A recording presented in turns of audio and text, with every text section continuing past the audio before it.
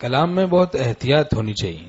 غیر مقصود میں رواں کلام معرفت سے کورا ہونے کی علامت ہے کہ ملمت فرماتے ہیں. بعض لوگوں کو غیر مقصود میں بس ایسی فضول لغو باتوں میں بڑی روانی ہوتی ہے، تو بھائی ادھر محتاط رہنا چاہیے. غیر مقصود میں رواں کلام تو باطن کی کورا ہونے کی علامت ہے. دین میں ہو رواں کلام، مفید باتوں میں ہو، لوگوں کو نفع پہنچانے میں ہو. حدیث شریف میں مضمون ہے کہ بہترین انسان وہ ہے جو لوگوں کو نفع پہنچائے. ٹھیک ہے، خدمت خلق کے لیے ہو روانی کلام کی. یہ لغویات میں اتنا کلام رواں کیوں ہے بھائی؟ فضولیات میں اتنا رواں کلام کیوں ہے؟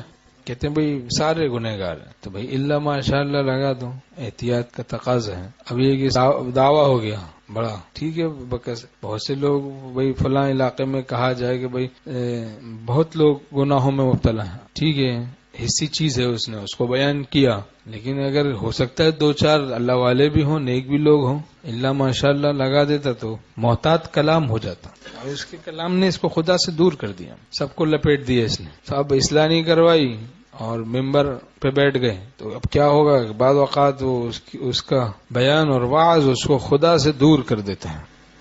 کسی کے کلام کا دیر سے جواب دینا یہ بھی بے ادبی ہے. کہ ملمت تھانوی رحمۃ اللہ علیہ فرماتے ہیں یہ انتظار کی تکلیف دینا ہے، انتظار کی تکلیف دینا ہے. بعض جوڑے ڈیڑھ ہوشیار نفس پرست ہوتے ہیں کہ اینٹ مڑوڑ نہیں چھوڑتے ہیں، اینٹ مڑوڑ نہیں چھوڑتے، اپنی ذرا اینٹ مڑوڑ میں رہتے ہیں. کچھ نفس کی بھی رعایت، جواب بھی دیتے ہیں کہ وجوب تو ادا ہو جائے، کچھ دیر سے بھی دیتے ہیں. یہ بھی تو ایک دیر سے جواب دینا بھی تو ایذا پہنچانا ہے. ایذا پہنچانا، ایذا مسلم حرام ہے، گناہ کبیرہ ہے. ایذا پہنچانا نیت ہے ایذا پہنچانے کی تو یہ بری چیز ہے، پھر مرض ہے.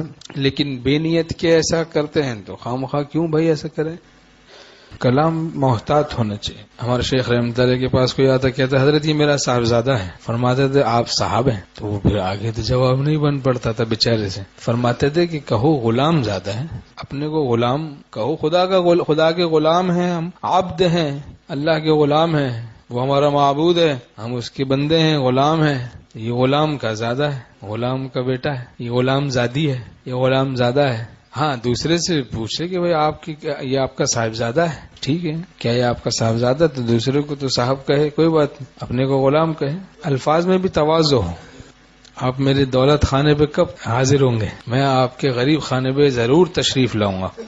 تو بعض ملتے ہیں کہتے ہیں کہ وہ میں آپ کے ہاں ضرور تشریف لاؤں گا. تو اگر کوئی بیت ہوتا ہے، اصلاح کا تعلق ہوتا ہے تو اس کو ہم کہتے ہیں بھئی یہ ایسے نہیں کہنا چاہیے، مناسب نہیں. یوں کہنا چاہیے کہ آپ کے لیے مناسب یہ ہے کہ آپ کہیں کہ میں آپ کے ہاں حاضر ہوں گا.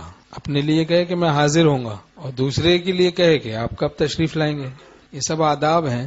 الفاظ ظاہر کا باطن پر اثر پڑتا ہے. جسم سے روح آتی ہے، الفاظ سے معنی آتے ہیں. جیسا ظاہر بناتا ہے ویسا باطن آ جاتا ہے. گدھی کے پیٹ میں گدھے کا پہلے اسٹرکچر بنتا ہے، پھر گدھے کی روح آتی ہے، شیر اور الو کی روح نہیں آتی. تو جیسا ظاہر ہوتا ہے ویسا باطن عطا ہوتا ہے. اولیاء اللہ والا ظاہر بنا رہے ہیں، متبع سنت بن جائیں ظاہراً بھی ہم لوگ، تو باطن میں بھی خدا کی ولایت عطا ہو جائے گی. جیسا ظاہر بنا لیا اللہ والوں جیسا تو باطن بھی اللہ والوں جیسا، روح بھی اللہ والوں جیسی نصیب ہو جائے گی. وَذَرُوا ظَاهِرَ الْإِثْمِ وَبَاطِنَهُ، ظاہری گناہوں کو بھی چھوڑ دو، باطنی گناہوں کو بھی چھوڑ. ظاہر خراب ہے اور باطن کے اچھا ہونے کی جتنے دعوے ہیں وہ باطل ہوتے ہیں.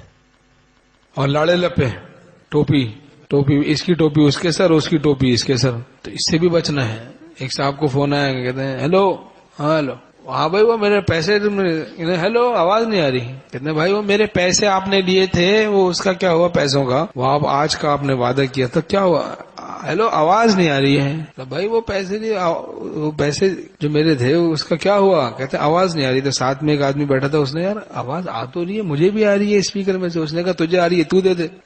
سچ بولنا چاہیے. لاڑے لپے، ٹوپی، ڈرامہ جس کو آج کل کہتے ہیں نا، تکلیف دینے والی چیزیں ہیں ساری. ایذا مسلم حرام ہے، گناہ کبیرہ ہے. نہیں ہے ویسے کہتے بھائی ہے ہی نہیں تو کہاں سے دوں؟ اب میں کیا کروں؟ ہے ہی نہیں، لے لیے کھا لیے، اب کیا کروں؟ تو بتا حال اس کا. اب جھوٹ بولوں گا تو مزید ظلم در ظلم ہو جائے گا. سچ بول رہا ہوں، اب میں کیا کروں؟ آپ بتائیں کیا کرنا چاہیے. اللہ تعالی ہم سب کو اپنی رحمت و کرم سے تقوی نصیب فرمائے، جھوٹ سے بچنے کی توفیق نصیب فرمائے.